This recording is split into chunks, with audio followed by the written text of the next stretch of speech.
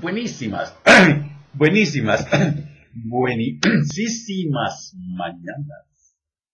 El frío y la lluvia están intensos, pero aquí estoy, Cristo interior. Salud y bendice a tu Cristo interior. Tú vas a conectarte hoy, mañana, cualquier día, los que se van a conectar, todos. Y aquellos que queriendo conectarse, no pueden. Hoy es miércoles 12 de marzo de 2014, 12 de marzo. El programa es el número 708. Que el espíritu de sabiduría descienda sobre nosotros todos y nos ilumine. A mí para decir lo que debo decir, a ustedes para entender. Gracias por sus correos, gracias por lo que en ellos escriben, gracias por sus manifestaciones y buenos deseos de bienestar y salud para conmigo. Gracias. Estamos con el libro del licenciado Enric Corbera, catalán, que nació en Italia, claro. En fin, en un país de Estados Unidos. La biodescodificación. Biodescodificación. Escúchenlo muy bien. La protección, biología de la protección. Esta segunda etapa a nivel de cerebro se relaciona con el cerebelo.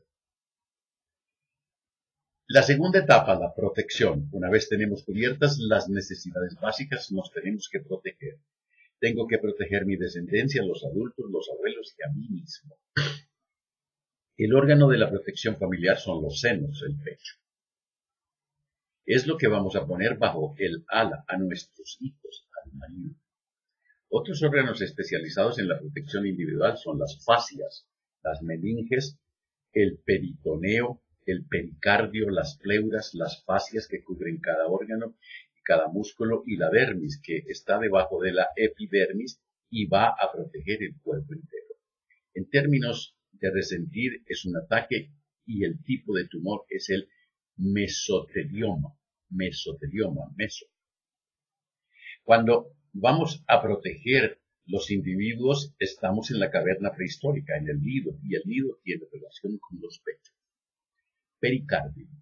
Vamos a estudiar estos envoltorios, una detrás de otro, y vemos que en el centro del cerebelo, en la nuca, atrás tenemos el centro del pericardio.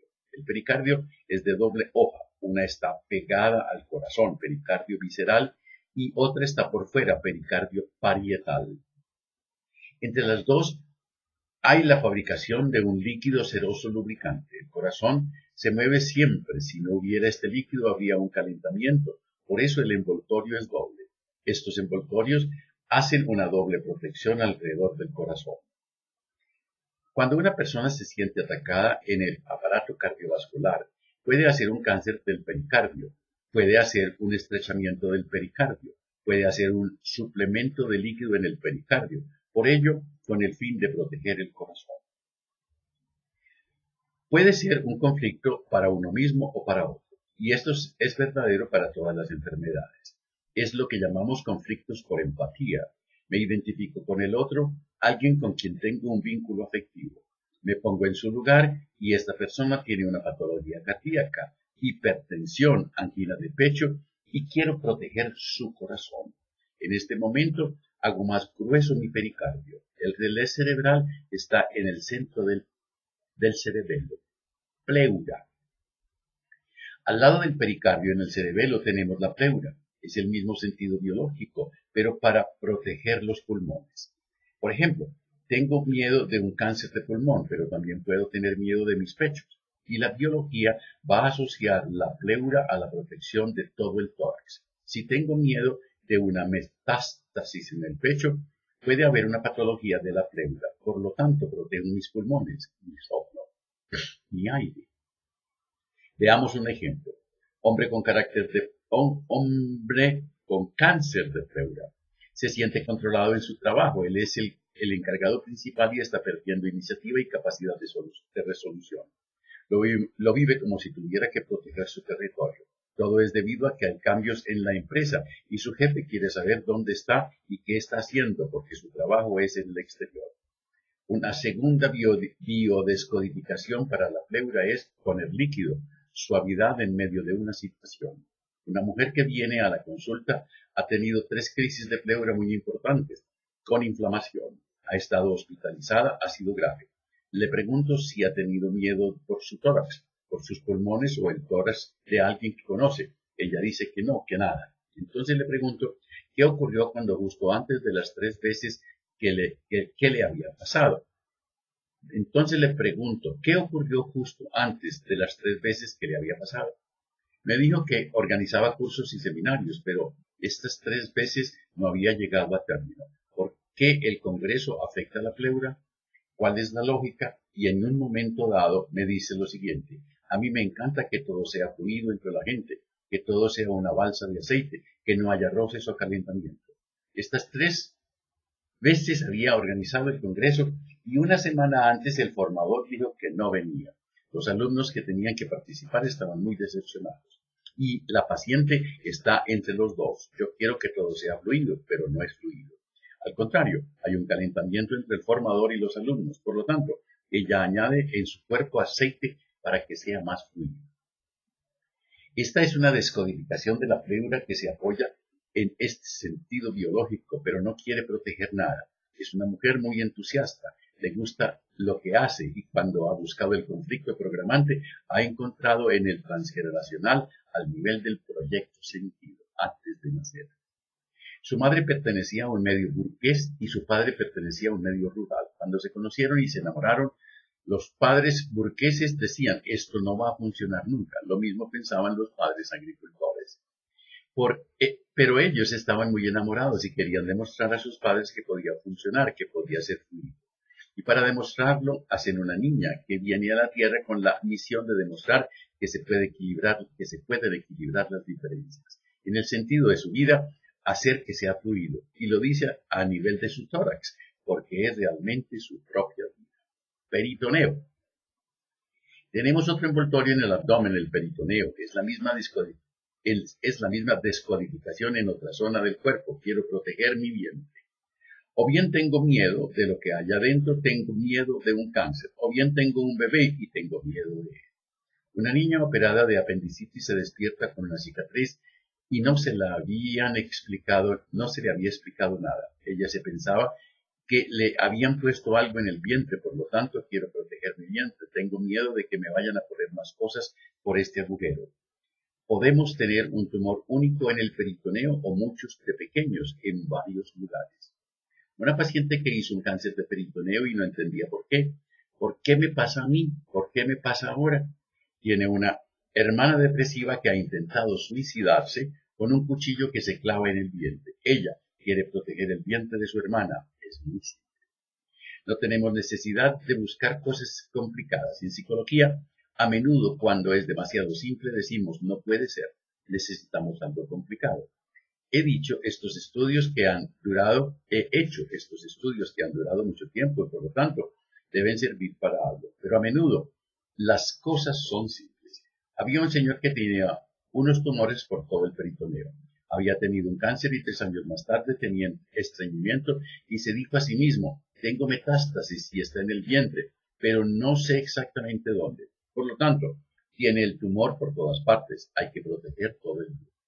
En el peritoneo hay una enfermedad que se llama ascitis, con SC, ascitis. Es agua en el interior del peritoneo. En la pleura se llama derrame pleural, pleuresía. En el pericardio es pericarditis. La peritonitis es una inflamación del peritoneo y siempre hay un poco de líquido, pero en la ascitis puede haber 10 litros de líquido en el vientre. El paciente presenta el vientre hinchado. El doctor Hammer dice que es una fase de sanación. Algunas veces es verdadero, sobre todo si no tarda mucho. Pero también hay que saber que el doctor Hammer hizo una peritonitis, así que el ojo no siempre puede verse a sí mismo. El doctor Jean-Jacques Lagarde, que es el chamán de la biodescodificación, es un antiguo cirujano que cuando descubrió la descodificación perdió su trabajo, porque antes de operar a la gente hablaba con ellos y cuando más hablaba con ellos menos operaba. Voy a releer ese medio párrafo. Cuando descubrió la descodificación, perdió su trabajo, porque antes de operar a la gente, hablaba con ellos, y cuanto más hablaba con ellos, con los pacientes, menos operaba. ¡Qué lindo! Y lo echaron. Y un día dejó de operar y ahora solo hace terapia. Hace mucho tiempo él decía que la ascitis puede ser un conflicto activo, no es siempre una sanación. Si para mi biología hacer líquido es una solución para protegerme de la agresión, la biología hará esto mismo en un conflicto activo. Meninges. Otro envoltorio son las meninges. ¿Cuál es el conflicto de las meninges? Alguien que tiene una meninge o un meningioma, ¿a qué estarán atentos? ¿A qué tonalidad conflictiva? Miedo a perder la cabeza, miedo a que no reconozcan mi inteligencia. Tenía un paciente joven que cogió meningitis. En la escuela él no comprendía lo que se explicaba. Él se sentía inteligente, pero la realidad era otra y el profesor lo ridiculizaba. Su conflicto era que no se reconocía su inteligencia. Tenía miedo por su mente, por sus pensamientos. A menudo, el conflicto de los psicoterapeutas o de los psiquiatras es miedo a la locura, y nos ocupamos de estar del lado bueno, de la bata blanca. Pero muchas veces no hay mucha diferencia a nivel de la abstracción. Para las meninges es cierto que a nivel simbólico puede haber el miedo a la locura. Puede ser igualmente yo protejo al jefe, la cabeza de familia, la cabeza de la empresa. Trompa de Eustaquio. Tenemos otros envoltorios. La trompa de Eustaquio es un pequeño canal que está entre la boca y el oído. Este canal siempre está cerrado. Cuando comemos chicle, cuando tragamos saliva, el canal se abre unos segundos, si no, se abre cada 20 minutos, más o menos. Está cerrado para proteger el oído. La saliva no debe entrar en el oído, la comida tampoco, y debemos cerrar este canal. Pero en vez de vez en cuando, es necesario que se abra, tiene una función biológica. Hay el tímpano, que es como la pared de un tambor, que está en contacto con la presión exterior. Y también hay una presión en el interior del oído, y el tímpano se equilibra entre las dos. Cuando hay sonidos, el tímpano se mueve y estimulará la cadena de huesecillos en el interior, que amplificarán el sonido y la vibración, y que transmitirán este mismo al oído interno. Así funciona. El problema es la tormenta. Cuando hay tormenta, aún antes de la tormenta, la presión atmosférica cambia, es más importante. Esto hace presión sobre el tímpano y le hace daño y la transmisión no se realiza tan bien. Entonces la trompa de Eustaquio se abre, la presión atmosférica exterior penetra en el oído y le da equilibrio. La tormenta desaparece, la presión atmosférica vuelve a cambiar y el tímpano está en contacto con dos presiones distintas. La trompa de Eustaquio se abre, la presión atmosférica vuelve a entrar en el oído y se equilibra otra vez. Algunas veces tenemos otitis muy dolorosa a causa de la trompa de Eustaquio. El conflicto es, no quiero que cambie la atmósfera, rechazo los conflictos, las disputas, no soporto la tormenta, es una negación de conflicto. Por lo tanto, protejo el oído del conflicto, del cambio de atmósfera. Vamos a encontrar este conflicto en la gente que hace buceo. Cuando están a 4 o 5 metros tienen mucho dolor de oído. Tengo un ejemplo muy clarificador. Es una chica que hace submarinismo, bucea, y tiene una rotura de tímpano del oído izquierdo. Le hago la siguiente reflexión. Supongo que los dos oídos bajan al fondo, ¿verdad? Ella se ríe y comprende. Tiene un conflicto con su padre. Él se ha ido de la casa y ella quiere guardar sus palabras, la atmósfera que había antes, pero esto es imposible. La atmósfera en casa es insoportable, perdón. Algo tiene que romperse para que ella se libere. La piel. En el segundo nivel de la biología también hay una capa grande que es la piel. La piel tiene 3 capas. La epidermis. La mayor parte está bajo el control del 4º nivel porque es el que permite tocar, el contacto, la relación. Pero en la epidermis hay 4 capas y en la primera hay los melanocitos. Son unos ositos. Melanocitos. Estamos en la epidermis, pero en la función de protección de la epidermis. Estos melanocitos están bajo control del cerebro, ya que es la función de protección. La dermis está debajo, para los animales la llamamos el cuero.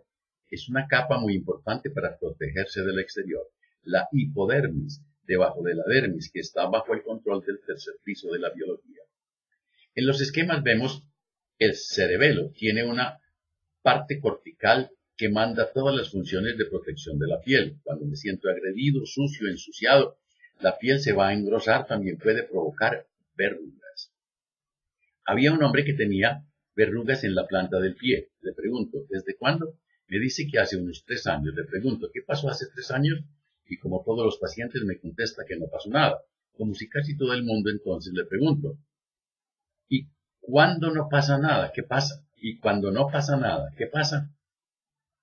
Y dice, me compré un perro.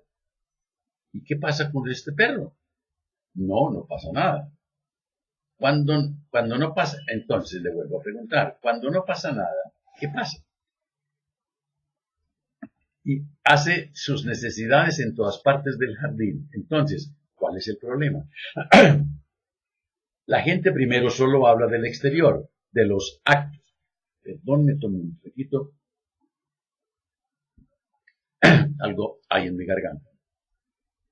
Me gusta por la mañana cuando me levanto caminar descalzo por la hierba, pero desde este momento camina por los excrementos de su perro y se siente ensuciado por ellos. Ahí se rió mucho y ya no tuvo más arrugas.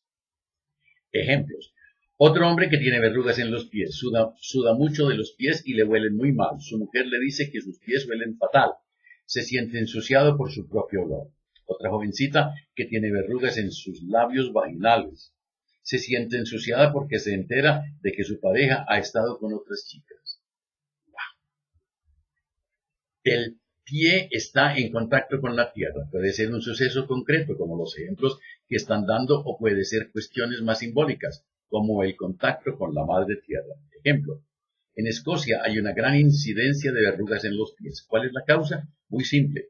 En el inconsciente de este país, la madre tierra está ensuciada por los ingleses. A nivel de la piel también tenemos el melanoma. Ahí me protejo de los rayos del sol. El sol puede ser el símbolo del padre, entonces me protejo de la mirada del padre, real o simbólico. Puede ser un profesor u otra persona, me protejo de la mirada de los demás, de lo que no estoy haciendo bien. Ejemplo, un paciente con un melanoma en la cara. Su conflicto es la protección de la imagen que él está dando. Ha encontrado un trabajo que le gusta mucho, pero este hace que durante 1 o 2 semanas no vea a su familia. Le preocupa la imagen del padre, lo que puedan pensar de los demás. Vemos su transgeneracional y él comprende que todo está relacionado con su padre. Este era alcohólico, no se ocupaba de la casa. La imagen de su padre que su padre daba era horrorosa. Él se prometió a sí mismo no ser como su padre. Entonces, un melanoma es cuando uno se siente ensuciado. También es cuando uno se siente tocado en su integridad. La piel permite la globalidad, la unidad. Somos como una bolsa. Cuando hay una operación, como por ejemplo quitar un pecho o un dedo, es una amputación. Uno puede sentirse tocado en su integridad. Perdemos la integridad. El cuerpo puede entonces generar un melanoma para volver a encontrar la integridad. La esclerodermia también se le llama la enfermedad de la momia. Son aquellas personas que es como se secaran. Tienen la sonrisa de la momia porque al final les desaparece el grosor de los labios. Les queda todo tirante. De hecho, su sonrisa es como de momia porque se ven los dientes. No tiene epidermis ya que afecta el tejido conjuntivo. Tengo un caso que está en franca vagotonía, es decir, se está recuperando, se está curando y sigue todos los pasos del libro. Es un joven que cuando me viene a ver, yo sé que el conflicto es la esclerodermia, es una separación muy, muy dolorosa con respecto al otro. Es como si tuviera que dejar al otro solo, en una situación muy dolorosa. Entonces le digo al joven, ¿qué pasó antes de que empezase esta enfermedad? Entonces me cuenta, mi hermano tuvo un accidente de coche y murió. Fue muy recordado en todo el país porque mi familia es muy conocida y salimos en la prensa. De hecho, mi hermano murió cuando iba a trabajar. Trabajaba en una aerolínea a las 5 o a las 6 de la mañana porque un coche se salió de un pare, se saltó un pare, lo embistió y lo mató. Además, No pasó nada porque los 3 jóvenes del otro vehículo eran hijos de gente muy influyente.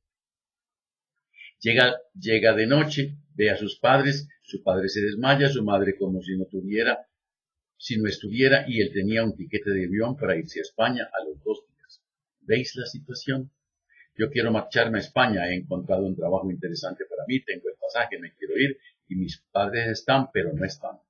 Él se marcha y a los pocos meses aparece el escleroderma.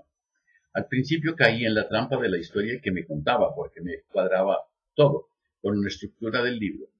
Descodificamos, aparentemente todo fue bien, pero no se producía ningún cambio. La fase curativa de la esclerodermia es muy clara. Seguimos haciendo visitas y en la tercera le dije, mira, no quiero saber nada de tus padres, a ver si hay otra cosa de la que nos hemos olvidado. Y le pregunté algo que no debemos olvidar nunca en terapia. Es importante saber la situación, pero es más importante saber cómo está la persona y cómo se siente con la situación. Entonces me cuenta, me acuerdo perfectamente, mi novia aquella misma noche estuvo con otro. Aprovechado. El estrés que él tenía no era por la muerte de su hermano, que lo quería muchísimo, ni por sus padres. El estrés era el dolor y el sufrimiento que él llevaba porque la mujer a la que amaba había estado con otro, la misma noche en la que el hermano murió. Él va a ver al hermano en el tanatorio.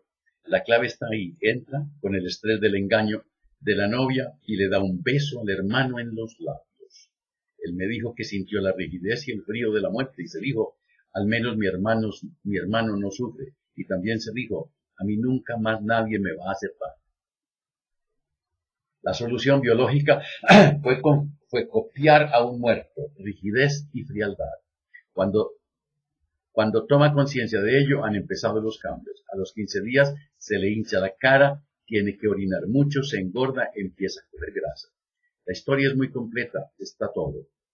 Busca la coherencia del síntoma y sintió cuando lo encontró que todo estaba completo. Se siente cuando la cosa es realmente justa hasta en el detalle. Porque, por ejemplo, la esclerodermia a veces está en los brazos. ¿Por qué aquí está en la boca?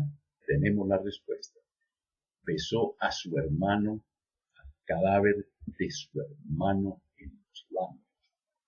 Ahí estamos en la cuarta etapa, ya que pone en juego la epidermis, pero también en la segunda etapa porque quiero protegerme del sufrimiento, y también en la tercera etapa, ya que se trata de grasa, y es posible que se tenga que trabajar el conflicto de la tercera etapa, el conflicto de la grasa, que es un conflicto de desvalorización estética. Es un conflicto reprogramante, es decir, es mi propio cuerpo que me hace sufrir. En las enfermedades de la segunda etapa hemos visto que podemos crear más melanina. Hay gente que tiene lunares que son manchas muy determinadas, concretas, pero también puede ocurrir después de una amputación. Por ejemplo, a una mujer le extirpan un pecho. Cuando ve la cicatriz vive un shock. Se dice quiero volver a encontrar mi integridad. Entonces comienza a generar un melanoma. Pero es un melanoma fantasma, ya que está sobre el seno amputado. Tiene el resentir, y si hacemos un escáner del cerebro, está la imagen, pero no están las células. Incluso cuando ya no tenemos el órgano, se puede tener el conflicto. El problema llega porque el melanoma fantasma crece. No está en el órgano porque ya no está, pero en algún momento crece tanto que llega hasta la cicatriz. El doctor ve un granito, hace una prueba, hace su trabajo y dice el cáncer ha vuelto. Nos olvidamos de una célula cuando la operamos. Es un melanoma, un cáncer de piel. Hay que seguir, volver a hacer el tratamiento. Esto es muy frecuente, salvo que no es el mismo tipo de cáncer. También tenemos lo contrario, es decir, una ausencia de melanocitos. Lo llamamos un vitiligo. Hay gente que tiene como unas manchas blancas, pero no son manchas sino una ausencia de pigmentación. Como siempre hay que protegerse. ¿Qué trae la patología más que la biología? ¿Cuál es el sentido biológico de la enfermedad? A mí me encantó este programa porque yo no sabía muchas cosas. Es un completo tratado de medicina, fisiología, psicología, encantador. pidan las memorias. Yo se las mando a un clic con muchísimo gusto, con muchísimo gusto. Cuando te abrazas, cuando te quieres, cuando te amas, la vida te abraza, la vida te quiere, la vida te ama. Mañana jueves hablaremos sobre todo importante, la biodescodificación, que la prosperidad, la armonía, la salud, la sabiduría y el amor sean con ustedes y sus familias, conmigo y mi familia. No se les olvide hacer el balance del día o de la semana o de la vida. Y si algo encuentras mal puesto, perdónalo, ámalo, agradecele y olvídalo. Y si es contigo, perdónate, ámate, agradécete y olvídalo. Ah, y no se les olvide reír por nada, pero por nada del mundo. Hasta mañana.